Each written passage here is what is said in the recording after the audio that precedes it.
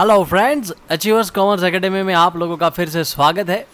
Friends, अभी अभी notification जो कि सीबीएसई बोर्ड से आया है और बाकी एजुकेशन बोर्ड से भी आया है कि लगभग 30% कोर्स जो है वो कम किया जाएगा।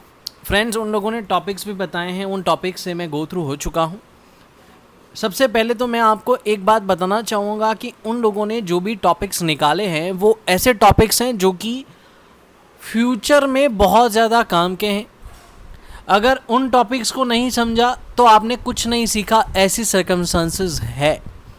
तो फ्रेंड्स, मैं चाहूँगा कि आप लोग उस चीज़ पे ज़ोर मत दो। ज़्यादा खुश होने की ज़रूरत नहीं है कि 30% कोर्स डाउन कर दिया बोर्ड ने क्लियर कट नोटिफाई किया है कि एग्ज़ाम में नहीं पूछा जाएगा, बट बच्चों को तो वो सिखाना ही सिखाना है। इसका रीज़न है कि आगे जाके जो आपका एकेडमिक जर्नी होगा उसके अंदर उन टॉपिक्स का आना बहुत ज़्यादा ज़रूरी है। अकाउंट्स के अंदर जो टॉपिक्स निकले हैं उनमें अगर सीबीएसई बोर्ड ने निकाले हैं तो गुजरात बोर्ड के अंदर ही वही टॉपिक्स निकल सकते हैं। कैपिटल एडजस्टमेंट वाले पॉइंट्स, लोन अकाउंट वाले पॉइंट, एडमिशन में भी, रिटायरमेंट में भी, और डेथ में एग्जीक्यूटर्स अकाउंट बनाने वाला जो टॉपिक है उनको, और डिबेंचर के रिडेम्पशन वाले पॉइंट को, इतनों को हटाया गया है। ये एग्ज़ाम में नहीं पूछेंगे, बट फ्रेंड्स यही वो टॉपिक्स हैं जिनको समझा तो 12th किया ऐसा माना जाता है, बाकी तो कोई मतलब ही नहीं है। तो फ्रेंड्स, हम बिल्कुल भी इस नज़रिए से नहीं चलने वाले कि वो टॉपिक्स को निकाल दिया है तो नहीं टच करना, उनको करना ही करना है। हम लोगों के पास अभी करंट टाइम पे चैलेंज यही है कि हम इस हालात में भी अपने आप के अंदर जो नॉर्मल 12th स्टैंडर्ड के अंदर नॉलेज एक्सपेक्ट किया जाता है वो नॉलेज हम हासिल करें और अच्छे से पढ़ाई करें। चलो तो फ्रेंड्स, लास्ट टाइम हम जहाँ रुके थे वहाँ से आगे कंटिन्यू करते हैं।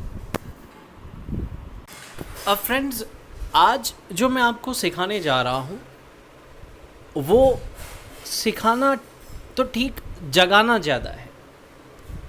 फ्रेंड्स, हमने revaluation of assets and liabilities सीखा और मैं अब आप लोगों को बताना चाहता हूँ कि ये जो रीवैल्यूएशन हमने सीखा, यहाँ पे change in profit sharing of existing partner वाला टॉपिक हमने सीखा था कि मतलब कि जो पार्टनर्स हैं वही के वही रह रहे हैं पर आपस में वो अपना रेशियो जो है वो चेंज कर रहे हैं।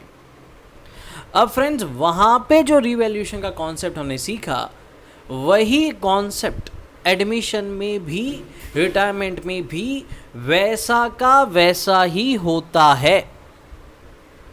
इन शॉर्ट बेटा, ये तीनों केस में सिमिलैरिटी क्या है? प्रॉफिट शेयरिंग रेशियो चेंज हो रहा है, उसमें पार्टनर्स वो के वो रहें या पार्टनर्स चेंज हो रहे हो।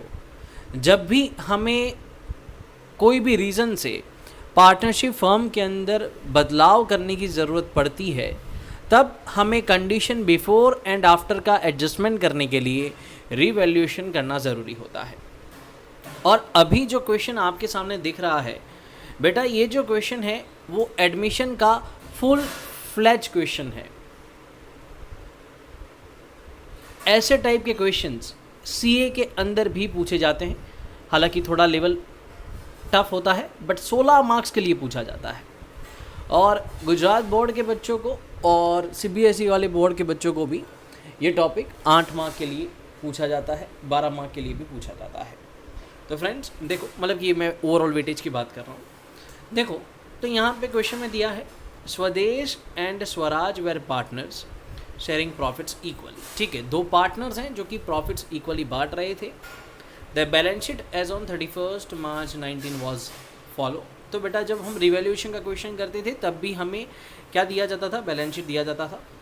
फिर है संभव इज़ एडमिटेड, संभव को एडमिट किया है, मतलब कि ये जो आपका क्वेश्चन है वो एडमिशन चैप्टर का है। हालांकि मैंने एडमिशन चैप्टर औपचारिक तरीके से शुरू नहीं किया, बट मैं यहाँ पे आपको सिमिलैरिटी बताने के लिए कर रहा हूँ, क्योंकि आपके दिमाग से एक बहुत बड़ा लोड कम हो जाए कि भाई आपने कितना पोर्शन कवर कर लिया है ऑलरेडी एडमिशन रिटायरमेंट का। देखो यहाँ पे Sambhav will get 1/5 share in profits and he will bring 20,000 as his capital and 5,000 as his share of goodwill. फिलहाल ये पॉइंट हम अपने अंडरस्टैंडिंग से बाहर रखेंगे। वैसे आपने इसको सुना हुआ तो होगा कहीं ना कहीं, क्योंकि हमने गुडविल सुना है और 1/5 शेयर आया, तो यहाँ पे new ratio old ratio find करने की बात भी आ गई है। फिर है गुडविल ब्रॉट बाय संभव विल बी विड्रॉन बाय स्वदेश एंड स्वराज, तो ये भी हमने गुडविल एंड उसके डिस्ट्रीब्यूशन में सीखा है। अब बेटा देखो, देखने की बात जो है, समझने की बात है, वो यहाँ शुरू होती है। प्रोविजन फॉर डाउटफुल डेब्ट should be brought up to 5% on debtors, ये रिवैल्यूएशन का पॉइंट है। मशीनरी भी reduced by 2000 and furniture by 12.5%, ये भी रिवैल्यूएशन का पॉइंट है। स्टॉक भी वैल्यूड एट 20,000, रिवैल्यूएशन का पॉइंट है। लैंड एंड बिल्डिंग भी अप्रिशिएटेड बाय 20%, रिवैल्यूएशन का पार्ट है। Investment of 2000 which did not appear in book should be recorded, ये भी रिवैल्यूएशन का पार्ट है। तो बेटा यहाँ पे जो आपने 7 एडजस्टमेंट रीड किए, वो 7 एडजस्टमेंट के अंदर आपके 5 एडजस्टमेंट तो किसके हैं? रिवैल्यूएशन के। वहीं बेटा ये क्वेश्चन यहाँ ख़त्म नहीं होता, ये रहा, देखो यहाँ पे भी देखो दिया है, out of the amount of insurance premium which was debited to profit and loss account 5,000 be carried forward as unexpired insurance, ये भी रिवैल्यूएशन का पॉइंट है। और a bill for 5,000 for electricity expenses was not accounted, ये भी revaluation का point है। मतलब बेटा बात यही बन रही है कि टोटल यहाँ पे 9 पॉइंट है, 9 पॉइंट में से 7 पॉइंट एडजस्टमेंट के जो हैं वो तो आपके रिवैल्यूएशन से डील कर रहे हैं। रिवैल्यूएशन का टॉपिक आप ऑलरेडी पढ़ चुके हो, मतलब आगे के जो चैप्टर्स हैं उसमें लगभग 80 से 90% काम तो आपका ख़त्म हो गया। और जो कि टोटल अगर आप 8 मार्क की बात करते हो तो 8 मार्क्स में से आप कम से कम 3 से 4 मार्क का टॉपिक जो है वो कवर कर चुके हो, कि मतलब इतना अगर आप करके आए और बैलेंस शीट में इफेक्ट दे के आए तो आपको 4 मार्क तो मिलने ही मिलने हैं। तो फ्रेंड्स ये ज़रूरी था आपको बताने के लिए। चलो अब इसको ही अगर हम सॉल्व करने की बात करते हैं, तो सॉल्व करने की बात करेंगे तो फ्रेंड्स यहाँ पे क्या होगा, प्रोविज़न फॉर डाउटफुल डेब्ट should be brought up to 5% on debtors. तो अब यहाँ पे डेटर्स जो आपको दिए हैं 20,000, ये 20,000 का आपको 5% करना है। 5% करोगे तो आएगा 1,000। प्रोविज़न ऑलरेडी क्रिएटेड है, कितना है? प्रोविज़न ऑलरेडी जो क्रिएटेड है वो है 500 का। तो अगर 500 का प्रोविज़न क्रिएट किया हुआ है तो आपको क्या करना पड़ेगा? आपको और 500 का प्रोविज़न करना पड़ेगा। ये बुरी बात है। इसको आप ऐसे भी देख सकते हो कि डेटर्स एसेट्स हैं, एसेट्स कम हो रहे हैं, एसेट्स कम होंगे तो रिवैल्यूएशन के डेबिट साइड पे शो करना पड़ेगा।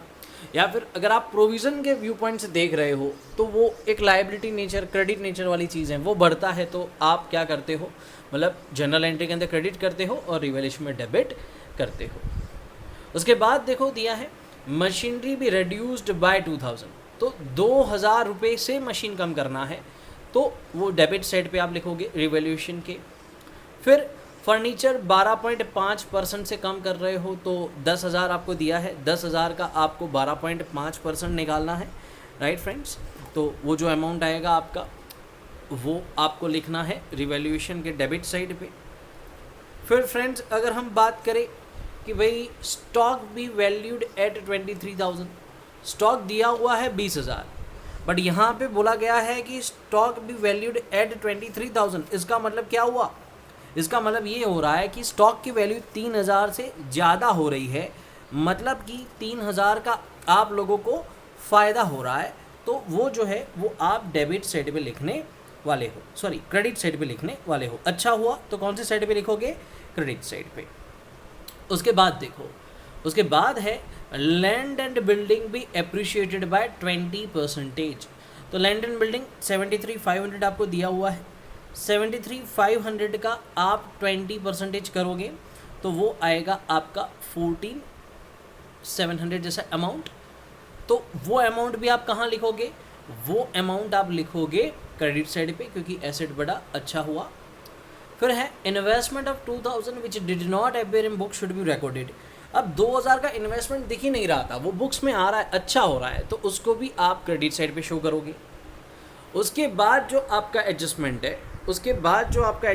है, उसमें आपको ये दिया है कि out of the amount of insurance premium which was debited to P&L account 5,000 be carried forward as unexpired insurance. Friends, unexpired insurance, इसका मतलब ये हो रहा है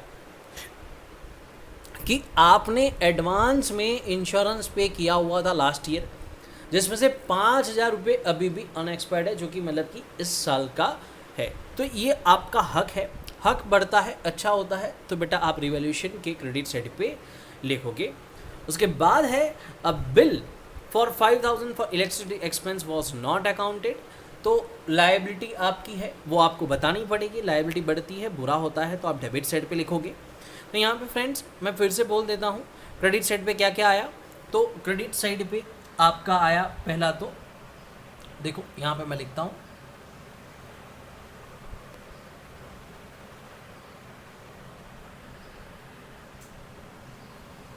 क्रेडिट साइड पे आपका पहला जो चीज़ थी वो थी स्टॉक,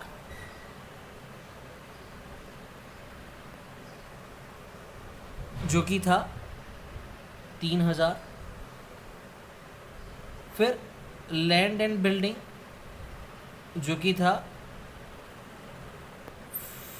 14,700। फिर इन्वेस्टमेंट आपका था 2,000।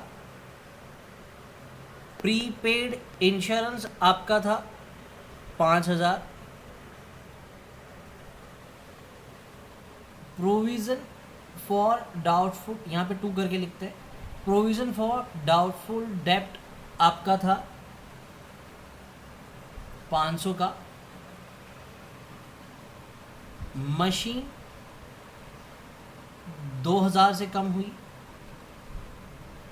फर्नीचर आपका 1,250 से कम हुआ और आपकी लायबिलिटी बनी 5,000 की, खर्चा बाकी था। अब क्रेडिट साइड के टोटल में से डेबिट साइड माइनस करेंगे, क्रेडिट साइड के टोटल में से डेबिट साइड माइनस करेंगे, मतलब 24,700 में से आप अमाउंट माइनस करोगे 500, 2,000, 1,250 और 5,000, जो कि आपका बचेगा 15,950। अब फ्रेंड्स ये जो 15,950 बचा, इसको हम इक्वली डिस्ट्रीब्यूट कर देंगे, क्योंकि पुराने पार्टनर, हमने क्वेश्चन में देखा है कि जो पुराने पार्टनर्स हैं वो प्रॉफिट एंड लॉस कैसे शेयर करते थे, इक्वली शेयर करते थे, profit and loss equally share करते थे। तो प्रॉफिट के अमाउंट को हम इक्वली डिस्ट्रीब्यूट कर लेंगे। ओके बच्चों, तो इस तरीके से अपना रिवैल्यूएशन का, एडमिशन का भी क्वेश्चन सॉल्व हो सकता है। तो फ्रेंड्स इस तरीके से आप डेथ का क्वेश्चन भी सॉल्व कर सकते हो, रिटायरमेंट का भी कर सकते हो। मैक्सिमम एडजस्टमेंट्स जो आपके होते हैं वो रिवैल्यूएशन वाले होते हैं, जो कि कवर हो जाते हैं। बट फ्रेंड्स रिवैल्यूएशन के एडजस्टमेंट ईजी भी होते हैं। अब अगर आपको 7 एडजस्टमेंट में से 5 आ जाते हैं या 9 में से 7 रिवैल्यूएशन के आ जाते हैं, तो बेटा जो बाकी 2-3 एडजस्टमेंट होते हैं, इसमें अब कौन कौन से एडजस्टमेंट हो सकते हैं। तो उनमें एक एडजस्टमेंट तो होता है गुडविल का, और दूसरा जो एडजस्टमेंट होता है वो होता है कैपिटल एडजस्टमेंट का, जो कि आपको सीखना होगा। वो आपको आगे की लाइफ में भी बहुत ज़्यादा काम में आएगा, वो बहुत ज़्यादा इम्पॉर्टेंट है। ठीक है फ्रेंड्स, तो मैं चाहूँगा कि आप लोग आज के इस लेक्चर को देखने के बाद ट्राई करो कि भाई कितने क्वेश्चंस के, कितने रिवैल्यूएशन के एडजस्टमेंट्स आप अब समझने लगे हो और खुद से सॉल्व करने लगे हो। ठीक है फ्रेंड्स, तो इस तरीके से आप ट्राई करोगे, बाद में हम मिलेंगे।